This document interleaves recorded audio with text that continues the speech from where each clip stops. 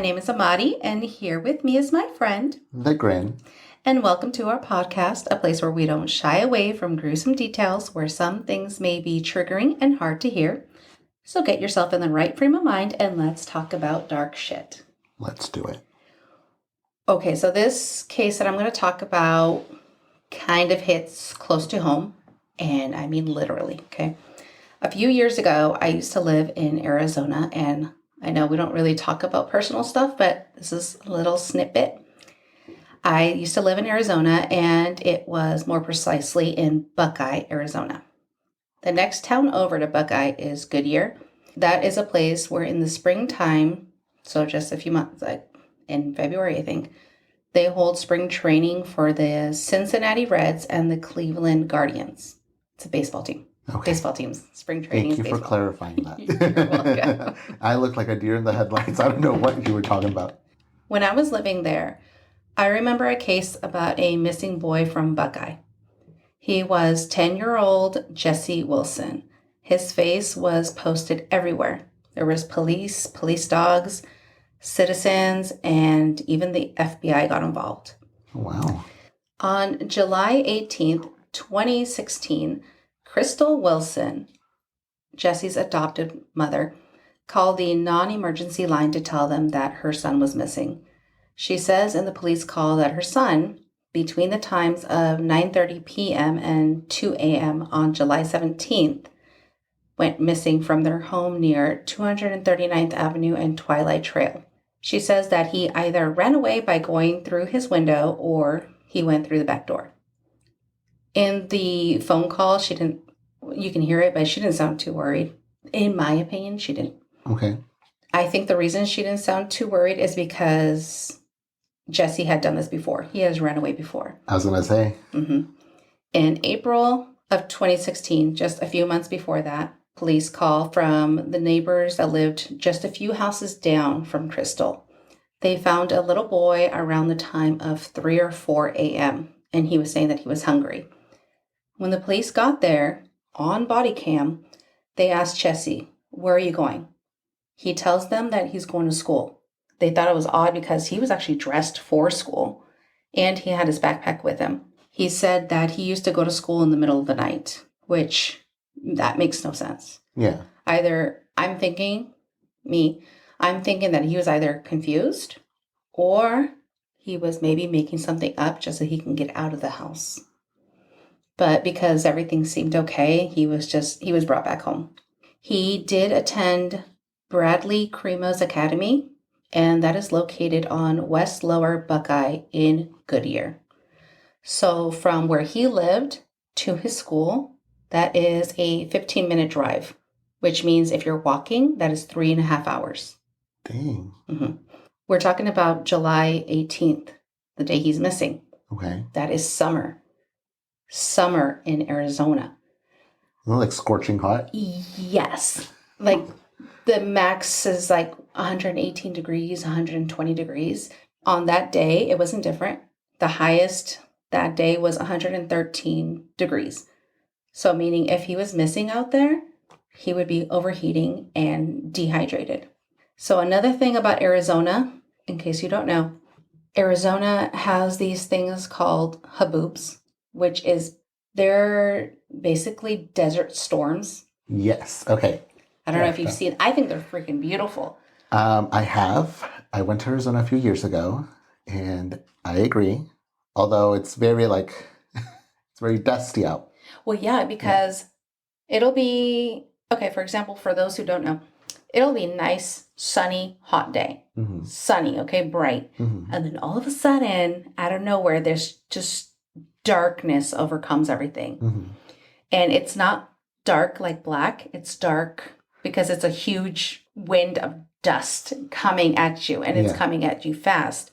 So along with those, it usually comes with downpours, and sometimes there's flash floods, mm-hmm. which are crazy. So basically, if you see those, just go inside.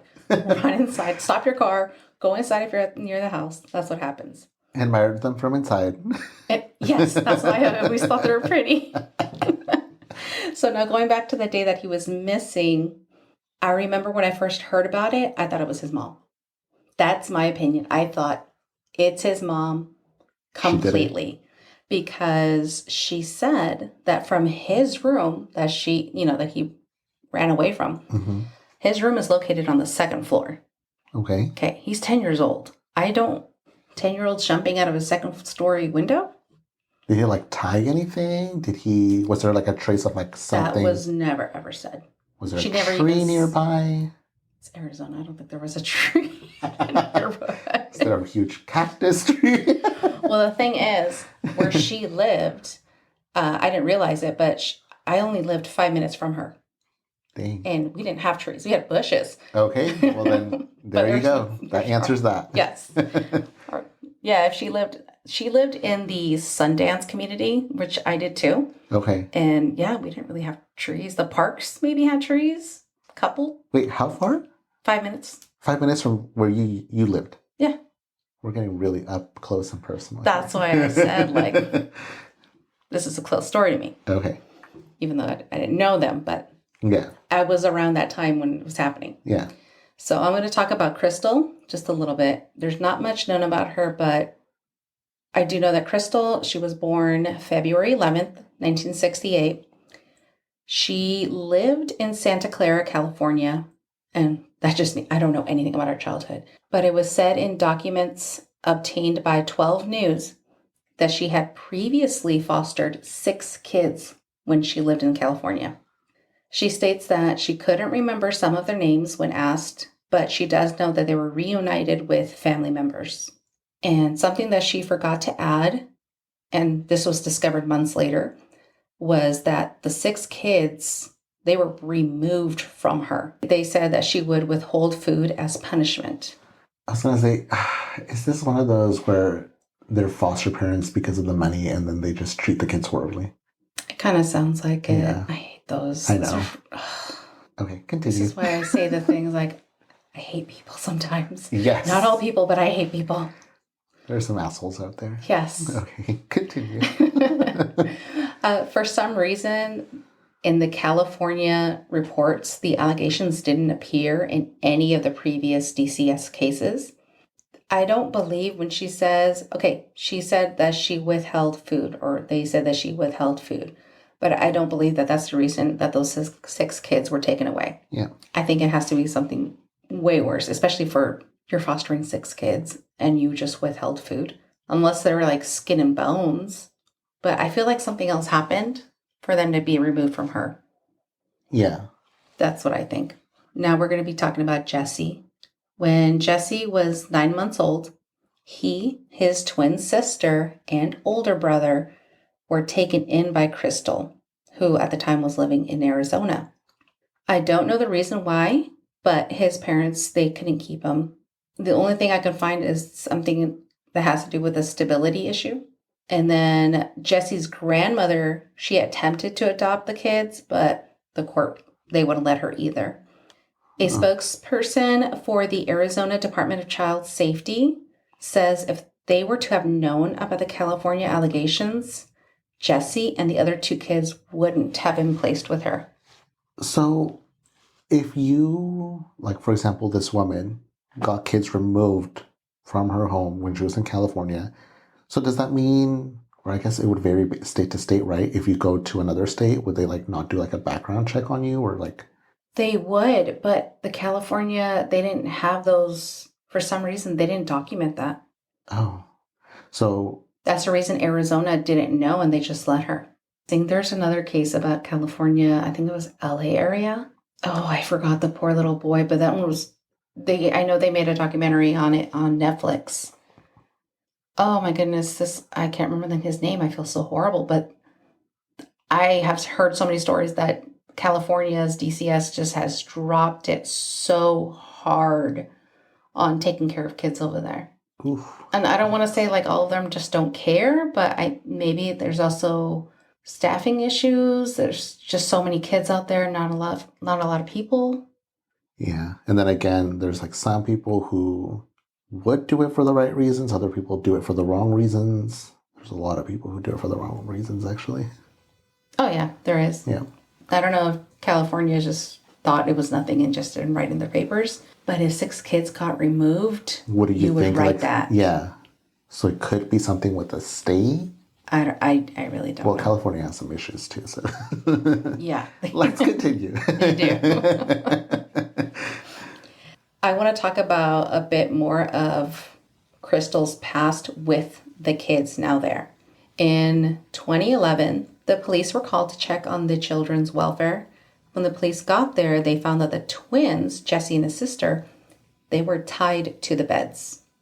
They were found wearing harnesses, and there was a 3-foot long strap connected to the harness to the foot of their bed. That's bad. Yeah. Crystal said that the reason she had them like that was because one time she found out that they wandered outside in the middle of the night, and she didn't know until the next morning when she found muddy footprints coming from outside to their room. So that's how she found out. So she put harnesses on them and strapped them to the bed so they can't get out in the middle of the night. How old were they? I think she said they were 4 years old when they did that. Then talk to them. They're kids. I don't know. That's what she told the police in the report. Yeah.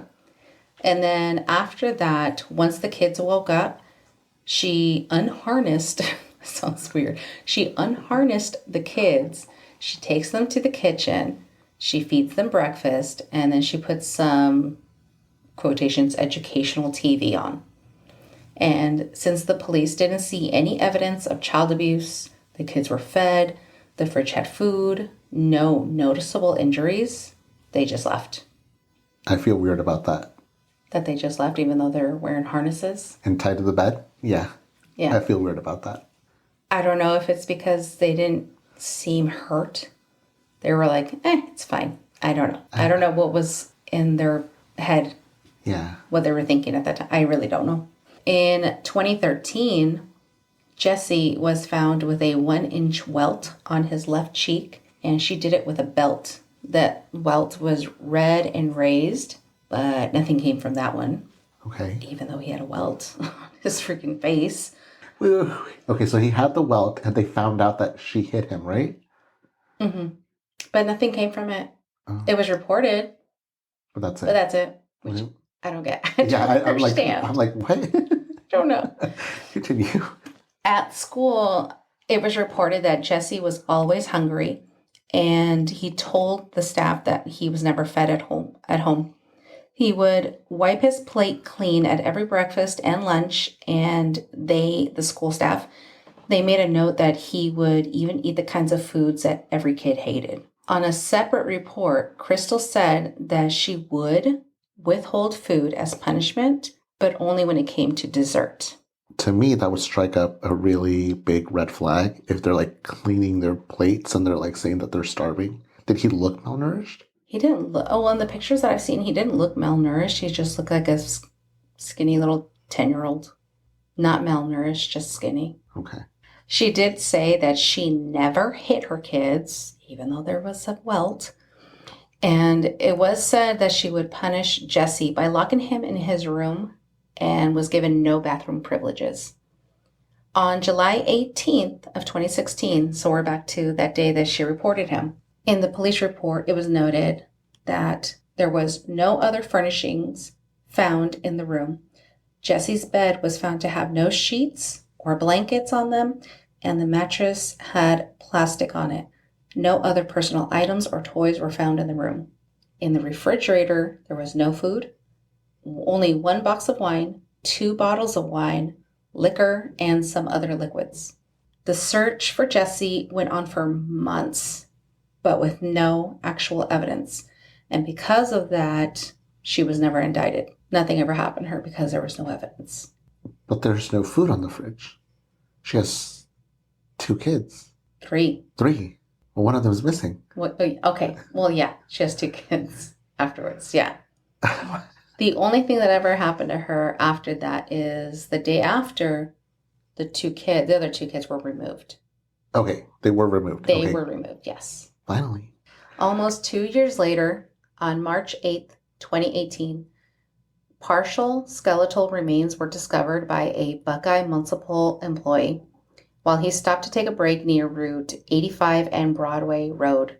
So that was about 6 miles from his home. So I think that was about a 15-minute drive. So with the help of his biological father, by using his DNA, on March 27th, they were able to identify the remains belonging to Jesse.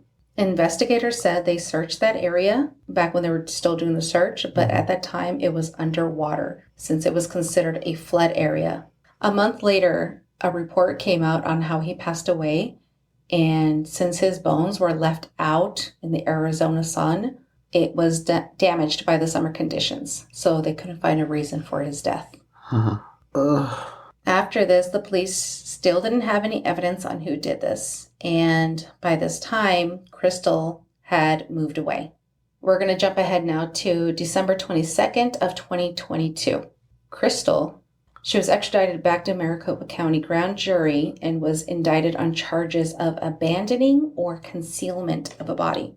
She was held on a bond, but she was bailed out and was being supervised. As of March 27th of this year, 2024, it was said, the Maricopa County Attorney's Office has filed a motion to dismiss without prejudice the case against Crystal Wilson. The agency said in a written statement, Wilson was facing 1 count of unlawful transport of a dead body. At this time, there was insufficient evidence to move forward with the trial against the defendant. If new evidence is discovered and brought by law enforcement in the future, the office is open to re-examine the case. Everybody was pissed. Yeah. Everybody was pissed. Okay, so this doesn't mean that she got away with the alleged murder. Okay. But it does mean that the investigators will still be actively investigating the case. But for right now... So there's no evidence that he died and then she just moved the body around? No. Even though it seems that way. Mm-hmm. So that's where we're at with that case. Did they record it this time? I'm telling it to you. So yes. But yeah, it's sad horrible. Because I just thought of this case, I think last week. And I remember thinking, I was like, did they ever find out who did this? And then I look into it, I'm like, oh my God, they just told her no. Like, she's not in trouble for this. Are you serious? Damn. So you really were around. You were like there when this was all going on. Yeah. When they're investigating about this little kid. Mm-hmm. And it sucks because like some of the searches, they had to stop because of how hot it was.